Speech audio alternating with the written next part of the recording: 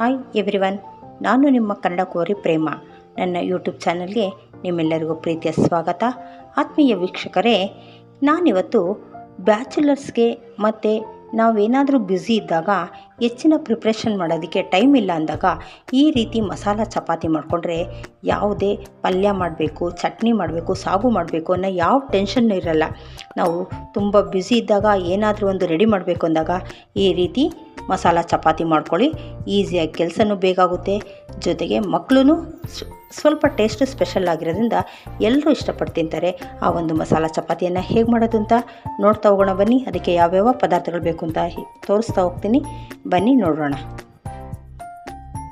ನೋಡಿ, ಈ ಮಸಾಲ ಚಪಾತಿ ಮಾಡೋದಕ್ಕೆ ಯಾವ ಯಾವ ಪದಾರ್ಥಗಳು ಬೇಕಪ್ಪ ಅಂದರೆ ಗೋಧಿ ಹಿಟ್ಟು, ಜೀರಿಗೆ ಪೌಡರು, ಚಿಲ್ಲಿ ಪೌಡರು, ಉಪ್ಪು, ಸಕ್ಕರೆ, ಅರಿಶಿನ ಪುಡಿ, ಸ್ವಲ್ಪ ಎಣ್ಣೆ, ಸ್ವಲ್ಪ ತುಪ್ಪ.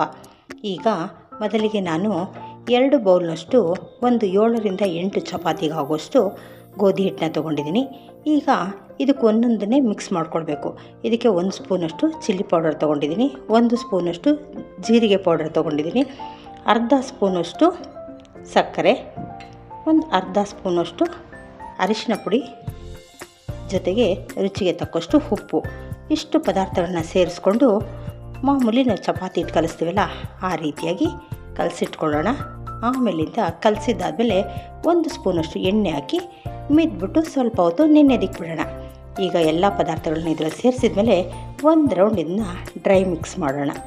ಏಕೆಂದರೆ ಎಲ್ಲ ಪದಾರ್ಥಗಳು ಮಸಾಲ ಪದಾರ್ಥ ಇದರಲ್ಲಿ ಸೇರಿರೋದ್ರಿಂದ ಒಂದು ಸಾರಿ ನೀಟಾಗಿ ಮಿಕ್ಸ್ ಮಾಡಿದ್ರೆ ಇದ್ರ ಟೇಸ್ಟು ಚಪಾತಿ ತುಂಬ ಚೆನ್ನಾಗಿರುತ್ತೆ. ಇದಕ್ಕೆ ಯಾವುದೇ ರೀತಿಯ ಚಟ್ನಿ, ಪಲ್ಯ ಯಾವುದೂ ಬೇಕಿಲ್ಲ.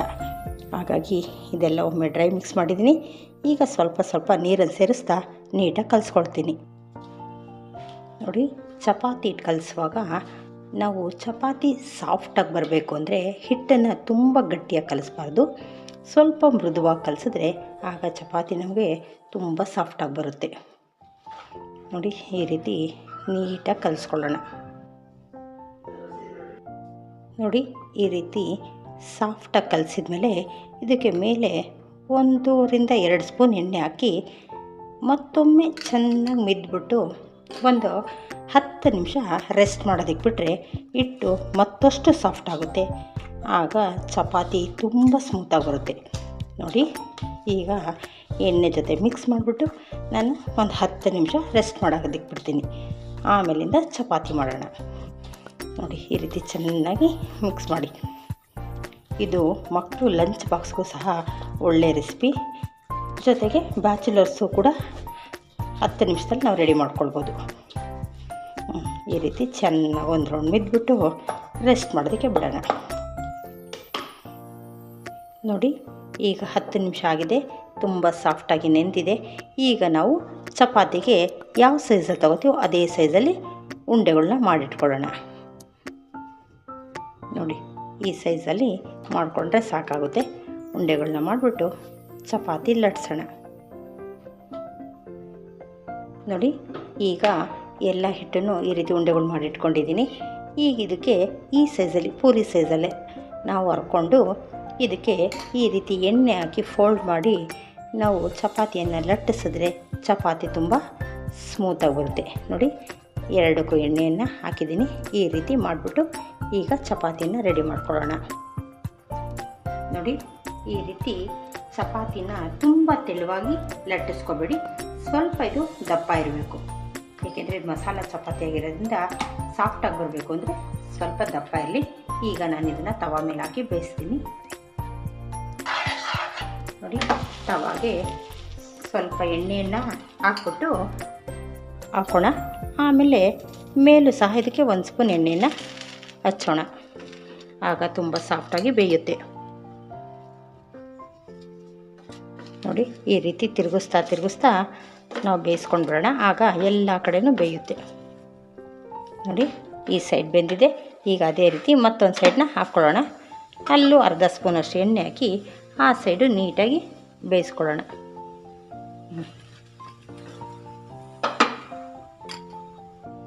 ನೋಡಿ, 2 ಕಡೆ ಈ ರೀತಿ ನೀಟಾಗಿ ರೋಸ್ಟ್ ಆಗಬೇಕು, ಆಗ ಚೆನ್ನಾಗಿ ಬರುತ್ತೆ. ನೋಡಿ, ಹೀಗೆ ಇದನ್ನು ತೆಗಿತಾ ಇದ್ದೀನಿ. ಅದೇ ರೀತಿ ಮತ್ತೊಂದನ್ನು ನೋಡಿ, ಅದೇ ರೀತಿ ಮತ್ತೊಂದನ್ನು ರೆಡಿ ಮಾಡಿಟ್ಕೊಂಡಿದ್ದೀನಿ. ಈ ರೀತಿ ಹಾಕಿ ಮೇಲೆ ಸ್ವಲ್ಪ ಎಣ್ಣೆನ ಹಚ್ಕೊಳ್ಳೋಣ.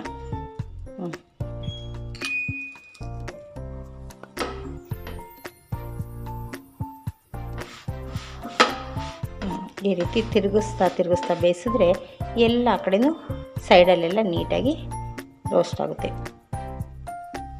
ನೋಡಿ, ಎರಡು ಕಡೆ ನೀಟಾಗಿ ರೋಸ್ಟ್ ಆಗಿದೆ.